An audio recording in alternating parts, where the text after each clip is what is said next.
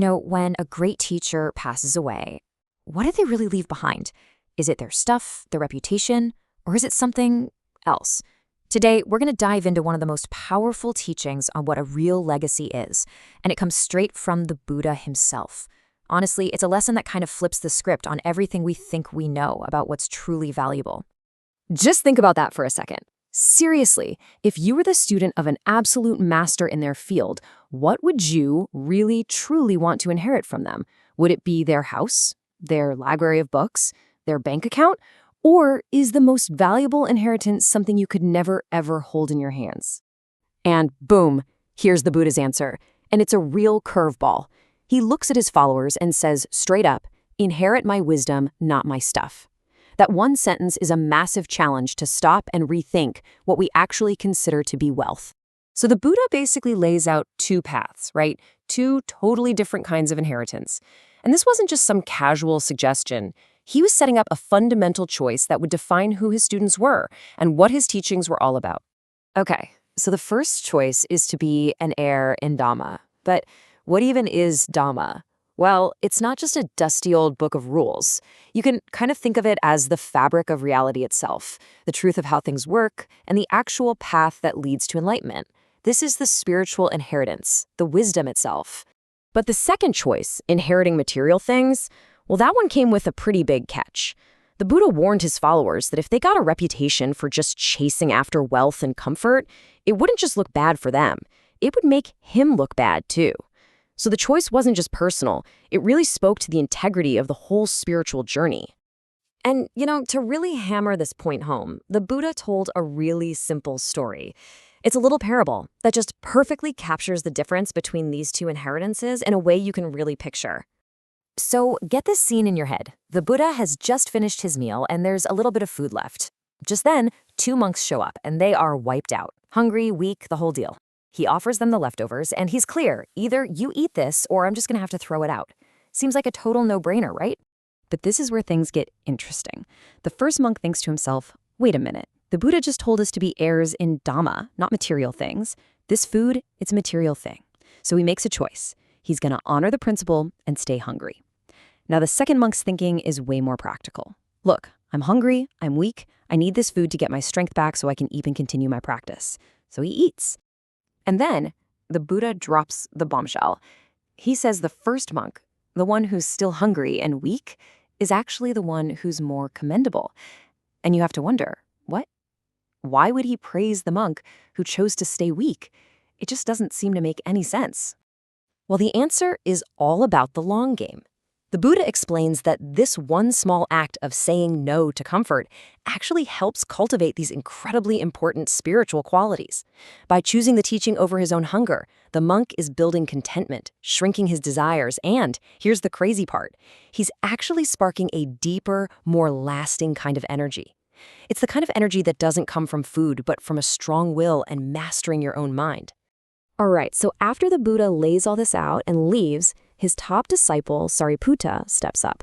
He could see that the other monks got the general idea, but they needed to know how to actually apply this idea in their day-to-day training. And Sariputta, he just cuts right to the chase. He poses this really sharp, really practical question to everyone. He's basically asking, okay guys, our teacher is all about seclusion and not being attached to things. So how do we, his students, actually live up to that? What does doing it right look like, and what does doing it wrong look like? Sariputta then just breaks it down into two totally clear paths that any disciple could follow. You've got the way of practice, the one that really honors the teaching, and then you have the way of neglect, the path where you just fall short. And man, he lays it out so clearly. On one hand, you've got the disciples who fail. They're the ones who hear what they're supposed to abandon, and then they just don't. They get comfortable, luxurious, and careless, and they end up becoming leaders in what he calls backsliding, which is basically just slipping back into all your old, unhelpful habits. But on the other hand, the ones who really train, they do abandon those things. They aren't careless. They become leaders in seclusion, and they're always watching out to make sure they don't slide backwards. It's a super clear behavioral checklist. And this part is absolutely crucial.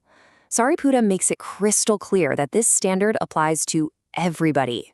It doesn't matter if you're brand new, if you've been around for a while, or if you're a respected elder. These principles are universal. Nobody gets a free pass just because they're senior. Okay, so if the goal is to stick to that path of practice, what exactly are we supposed to be working on? Sariputta answers that by pointing to the internal junk that we all have to deal with. He calls things like greed and anger evils, but he doesn't mean evil in some big, scary, moralistic way. He means they are defilements. You can think of a defilement like mud or static in your mind that just clouds up your thinking and causes a lot of pain. And the job of a true heir is to see that static for what it is and learn how to clear it out. And the list he gives, man, it's stuff we can all relate to, right? Greed, anger, envy, selfishness, deceit, thinking you're better than everyone else, even just plain old negligence.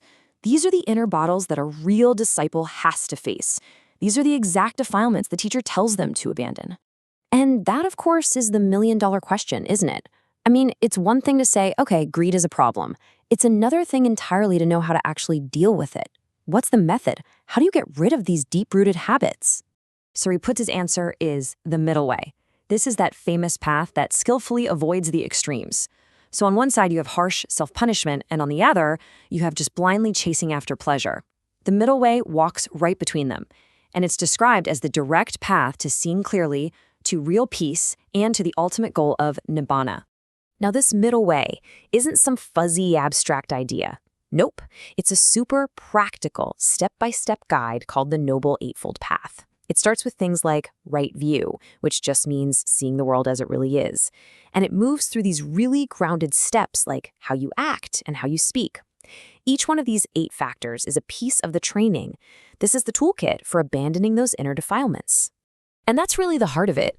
The true inheritance from the Buddha isn't some magical secret he just hands over. It's a path you have to walk for yourself, a training you have to actually do.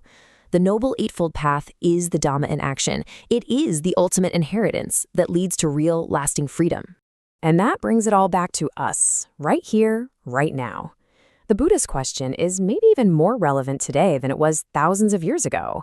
We live in a world that is screaming at us 24/7 to get more, to have more, to be more.